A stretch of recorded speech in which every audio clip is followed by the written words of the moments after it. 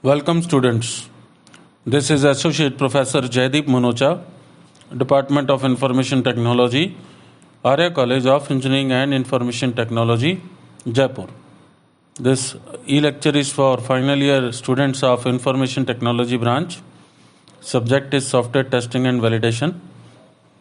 In this e-lecture, we will be considering the review of software development life cycles, different models, principles of software testing and validation, as well as we will study two new topics, verification and validation. So let us start by taking the first topic into account, that is review of software development life cycle models. So students, as you have studied in your previous classes about software development cycles, so let us take a short review about that. As we know, the first step towards SDLC model is requirement gathering and analysis. Second one is planning. Third one is design. Next is development and coding. And after all, we go for testing. So let us take a brief review of each and every step. As we know that during requirement gathering, the specific requirements of the software are to be built, are gathered and documented. So if the software is bespoke software, then there is a single customer who can give these requirements, but generally it is not. There are a wide variety of requirements. A lot of customers are there. So we do accordingly, and after that we prepare a document that is known as SRS or known as software requirement specification. Next is planning. The purpose of the planning phase is to come up with a schedule, the scope and resource requirement for release. So basically a plan is going to explain how the requirements will be met and by which time. Considering the design phase, the purpose of the design phase is to figure out how to specify the requirements that are enumerated in the system requirements specification document. And design phase produces a representation that will be used by the next phases of the cycle. Next is development and coding. Design is basically a blueprint for the actual coding to proceed. So this development or coding phase comprises coding the programs in the chosen or selected programming language. So it will produce the software that meets the required design. Next is testing. As the programs are coded, that means in the selected programming language, we do the coding, and after that they are also tested. In addition, after the coding completion, the product is subjected to testing. Testing is the process of exercising the software product in a predefined way or in some predefined things to check if the behavior is the same as we are expecting or not. By testing the product, an organization will identify and remove as many as defects possible before selling it or shipping it out. So this is the review of SDLC cycle. Next, we are going to take the main topic, that is the main component of our unit number 1, that is verification, and next will be validation. So student, what is the verification? When we come to a narrow definition of the term testing, then we say is the phase that follows coding and precedes deployment. So basically, when we talk about verification, that means it is the process of evaluating a system or any component of a system to check, fix or determine whether the product of a given phase is going to satisfy the conditions imposed at the start of that phase. So this is basically verification. So when we just consider the term testing, then basically it uncovers defects in the system. And to have some one defects, those are fixed, those are not. So testing is just a narrow term. When we try to explain it in a broader term, then we talk about verification and validation. Validation is coming in the next slides. Basically, it is the process of evaluating a system component during or at the end of the development process to check, fix and determine that it satisfies the specified requirements, that means the requirements, those are mentioned in the software requirements specification document that we have prepared earlier in the earlier phases.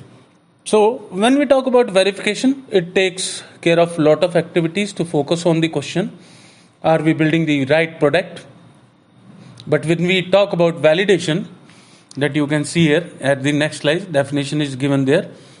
Then we say that are we building the right product? So you can see there are two terms, are we building the product right, and one is are we building the right product. So this is the basically definitions of verification and validations. So both are related to a broad definition of software testing. Now let us take a review of some life cycle models that you have done or studied in your last classes related to the subject software engineering. Lot of models are there, you know that. Waterfall model is there, red model is there, spiral model is there, V model is there, and many more models are there. So when we talk about life cycle models, students, the things that we consider are the activities to be performed, the deliverables from each activity, methods of validation of the deliverables, sequence of activities, method of verifications of each activity, including the mechanism of communication among that activities. So when we look at a model, then lot of things are cleared. That means a life cycle model that are used in software projects are concerned with lot of things like a brief description of the model itself and the relationship of the model to our new terms. These are verification and validation activities. And what are the typical scenarios where that life cycle model is useful? So when we talk about waterfall model, you can refresh your memory. In this model, we collect overall business requirements, then we go for the software requirements among these business requirements. After that, we plan, then we put a high level design for that. We also use a low level design, coding, and testing. And when we talk about the RAD model, that is a rapid application development model, it is also known as prototyping. Then we consider a lot of issues like early and frequent user feedback will increase the chances of software project meeting the customer requirements. Changes are unavoidable, and the software development process must be able to adapt itself to rapid kind of changes. So when we talk about the prototyping model, it has lot of activities. Here some activities I am explaining, like the software development organization interacts with the customer to understand the requirements. The organization produces a prototype to show how the eventual software system would look like. And at the customer side and the development side, we can say that customer and the development organization review the prototype frequently so that customers' feedback is taken very early in the cycle. And based on all upon these things, we take the feedback and the prototype that is produced. The software development organization will go for the creation of the system requirement specification document, that is SRS. And when the SRS is formed, the prototype will be discarded and SRS will be used. And SRS will be working as the basis of the further activities like design and development. And as we know, the spiral model is also having some similar phases. But in these phases, we are continuously in touch of the customers as well as the feedback streams. So it is also known as a iterative model.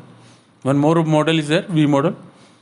That is, you know that the waterfall model viewed testing as a post development activity. But when we talk about spiral model, it took one step further and tried to break up the product into some incremental steps. This is the basic difference between these two models.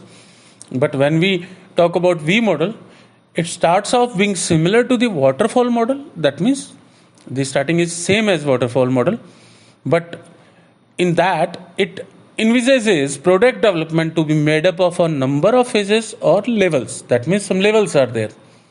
So, however, the new perspective that the V model brings in is that different types of testing applies at different levels. That means at each level we do a special type of testing. So, thus as a result, from a testing kind of perspective, the type of tests that need to be done at each level will vary in a significant manner, in an important manner. So this is V model. So in this e-lecture, we have started our subject by considering some special terms, verification and validation, and how we can touch these terms concerning life cycle models. That's why we have taken a review of our last classes. That means software development life cycles, verification, validation, different life cycle models. So in our next lecture, we are going to study further about some new topics that I will be telling later on the in the second e-lecture. So now you should go in depth of verification and validation, that why we are using these specific terms and how we will relate these terms with our software development life cycle models. On the basis of these definitions, we are going to introduce some specific testing techniques. I know that till date you are aware about black box and white box testing. So now we are going to explain all types of testing. We are going to explore in a great detail. So till then, thank you, and we will be moving in testing techniques in depth in our next lecture. Thank you.